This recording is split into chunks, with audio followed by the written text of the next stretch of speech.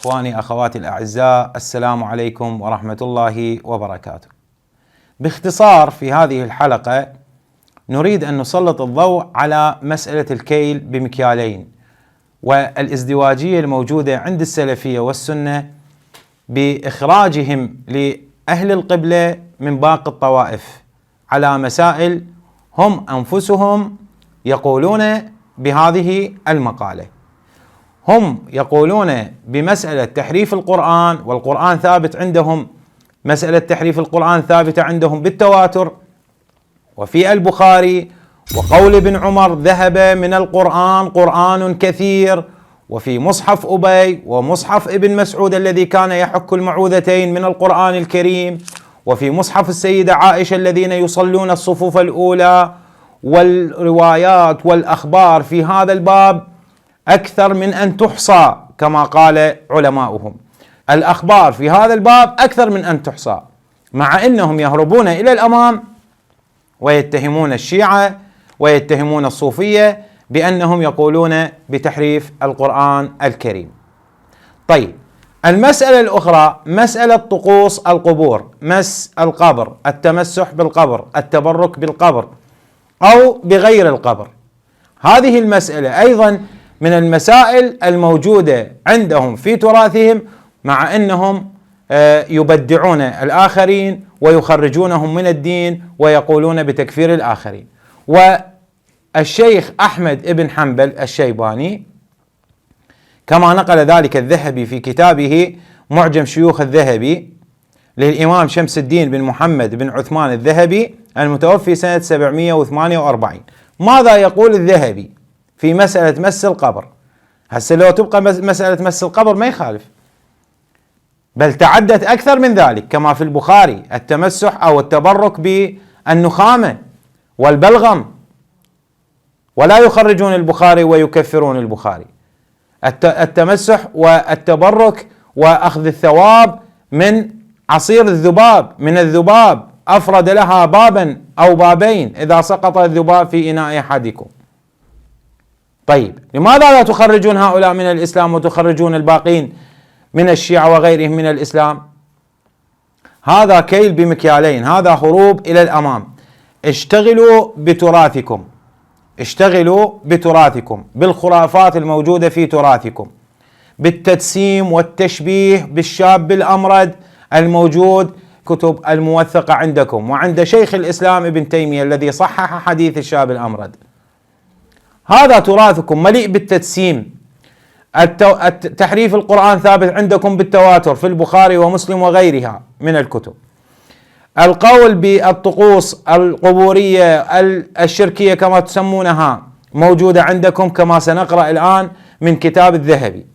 يقول الذهبي في كتابه معجم شيوخ الذهبي: وقد سئل أحمد بن حنبل عن مس القبر النبوي وتقبيله فلم ير بذلك بأسا. يلا الآن هذا ابن حنبل يقول مس القبر وتقبيل القبر وأزيد من القبر، بل المنبر، الخشبة الموجودة. يقول روى ذلك عن أحمد بن حنبل ولده عبد الله بن أحمد. فإن قيل فهلا فعل ذلك الصحابة؟ الذهبي يعني يقول إن قلت قلت، إن قلتم نقول. فإن قيل فهلا فعل ذلك الصحابة؟ إذا واحد يستشكل ويقول لماذا لم يفعل ذلك الصحابة؟ يجيب يقول: قيل لأنهم عاينوه حيا وتملوا به وقبلوا يده وكادوا يقتتلون على وضوئه واقتسموا شعره المطهر يوم الحج الأكبر، وكان إذا تنخم، هذه الرواية الموجودة في صحيح البخاري التبرك بالنخامة، وكان إذا تنخم لا تكاد نخامته تقع إلا في يد رجل فيدلك بها وجهه.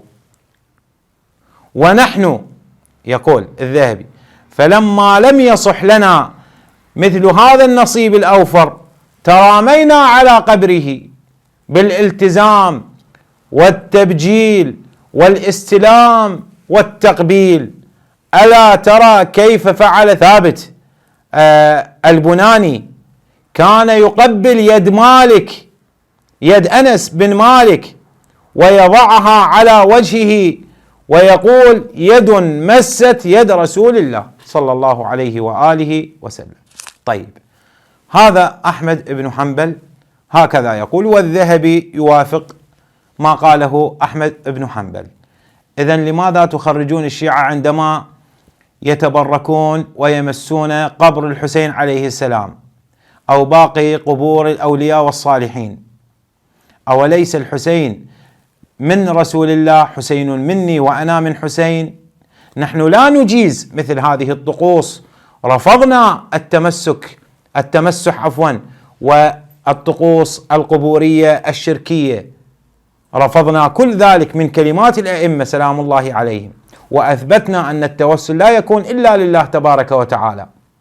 لكن مسألة عندما تخرجون الآخرين من الدين ومن الإسلام على أساس أنهم يتبركون بالقبر أو يمسون القبر، فعليكم أن تخرجوا أحمد بن حنبل من الدين ومن الإسلام، عليكم أن تخرجوا الذهبي، عليكم أن تخرجوا الكثير من العلماء التي قالت بمسألة التمسح والتبرك والتشفع بالقبر، بل دفن أو تبرك الميت بالميت أيضا موجود في تراثكم.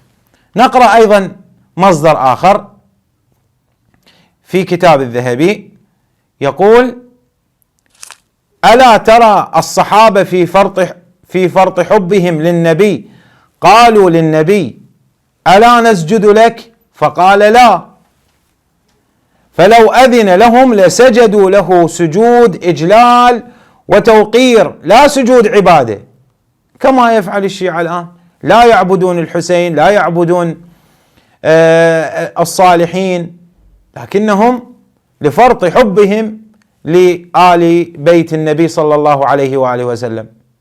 وقلنا أن مثل هذه الأفعال مخالفة لكلمات الأئمة في تراث الشيعة، مخالفة للروايات الصحيحة الصريحة الناهية عن التوسل بغير الله، مخالفة للقرآن الكريم. والأئمة وضعوا لنا قاعدة مهمة، وهي قاعدة العرض على القرآن الكريم. فقد ظل السلفية والسنة منذ خالفوا وصية النبي صلى الله عليه وآله وسلم بالكتاب والعترة، خالفوا، عندما خالفوا وقعوا في هذا الضلال المبين. فبدل أن يخرجون أنفسهم وعلمائهم من الدين، أخذوا يخربون إلى الأمام ويتهمون الآخرين بتحريف القرآن وهم يقولون بتحريف القرآن، يتهمون الآخرين بالتشبيه والتجسيم وهم أصل التشبيه وأصل التجسيم. قالوا بأن لله أصابع وله يد حقيقية وله أسنان وهو يضحك ويضع رجله في جهنم وله خاصرة وله بطن بلا أمعاء وله جنب وله رأس وله يدين وله رجلين، وهو شاب بلا لحية أمرد جعد قطط جالس في روضة خضراء وعلى رجليه نعلان من ذهب. وصحح الحديث ابن تيمية وقال يقتضي أنه هذا الحديث يقتضي أنها رؤية عين جارحة. إذن لماذا تكفرون الآخرين؟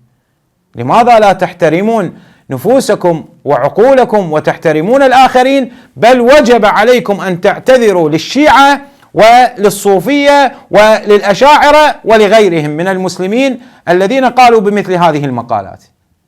رمتني بدائها وانسلت. أكتفي بهذا المقدار من الكلام وأستميحكم عذرا، والسلام عليكم ورحمة الله وبركاته.